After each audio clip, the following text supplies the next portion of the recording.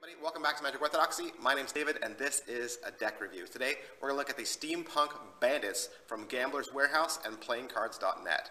Now, if you don't know, Gambler's Warehouse, they put this deck out on Kickstarter. It was one of their projects. It was successfully funded, and this is the result. These are the decks. If you don't know about Gambler's Warehouse, you can head on down to gamblerswarehouse.com and check them out and look at all the different cards that they have for sale. They're a small little company based out of Dallas, Texas, and they have a lot of roots and history from Las Vegas, Nevada, and they've been in the playing card industry for over 20 years, and so they're definitely worth checking out. Just to give you a little theme about Steampunk's Bandits and kind of where they were going with this deck, in their story, there's kind of like an alternate history where these mechanical robots kind of create this pre-digital cybercrime era, and it's kind of a throwback, though, to steampunk back in the 1800s. But in their version of history, it's kind of like a war-torn United States. And so there's a gang of clackers. They're Victorian-era machine hackers, and they devise a predictive card-counting algorithm called the Fortuna script. So what that does is these gambling bandits from the past, they kind of leverage their technological advantage to beat the house, beat the casino. They have tons of success, and what they end up doing is they send a politically powerful casino into ruin. And so this deck set was inspired by that. The black deck and the white deck, each of which were printed with 2,500 decks. They were printed from the United States Playing Card Company. I have both the black and the white, but just for the sake of looking at the tuck case, let's look at the white version just because it might show up a little bit better on camera. White just says bicycle, trusted since 1885. It has the Steampunk Bandits logo here on the front, which is an ace of spades with a skull in the center and then a lot of mechanized gears making up that steampunky feel. It says Steampunk Bandits at the bottom, and then it's framed all around with little wheels and kind of steampunk design. The side says air cushion finish made in the USA. The other side says Gambler's Warehouse, and the bottom says PlayingCards.net. There's a little bit of ad copy there. There is an original Steampunk Bandits deck seal right there on the tuck, and everything is kind of done in this kind of powder blue and white and mechanized gold coloring. The black deck is almost exactly identical, otherwise it's done in black and gold tones. So that's pretty much it for the tuck case. Let's take a look at these cards. Hey guys, I just want to steal the camera real quick and show you the tuck cases of the Steampunk Bandits close up. Really digging the white design, just love that bicycle logo there with a little hint of red behind there. And to show you the two back designs side by side, again, really sick.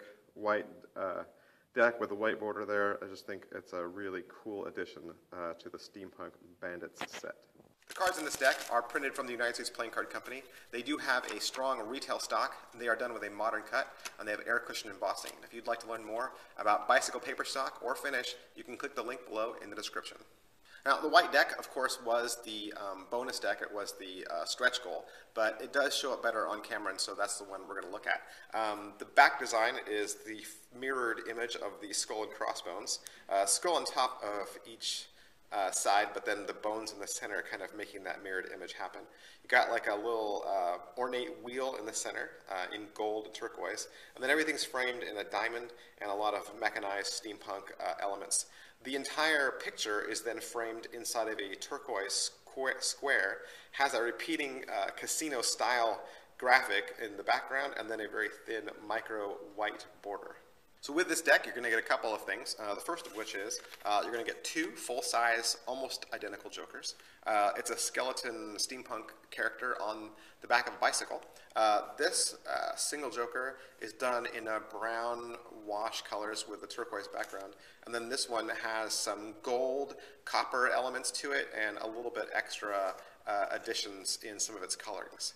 The other thing you're going to get is your gaff is going to be a double backer, which is always good for magic tricks. And then your second gaff, and we're seeing this now with a lot of the Gambler's Warehouse decks, is a double-ended court card. So you have a king of spades on this side, and then you have a queen of spades on that side.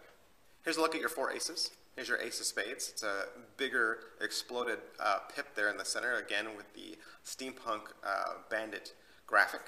And then the rest of your pips are going to be mechanized with wheel symbols in the center, making that steampunk theme carry through. The pip and indice cards are all unique, both in design and in placement. And then the background of each one of the cards has kind of a turquoise wheel element that kind of carry the steampunk theme. Hey everybody, just wanted to steal the camera real quick so that you can see a closer look at some of these cards. Here's the back design and the two jokers that are included, as well as some of the court cards. And you can also get a look at the aces and get you a really good description of what that back shadow pattern looks like. And here is your ace of spades. Each one of the courts is completely unique and original, not only from suit to suit, but also from card to card. And so each one depicts a different character in this kind of mechanical computation, pre-digital cybercrime era.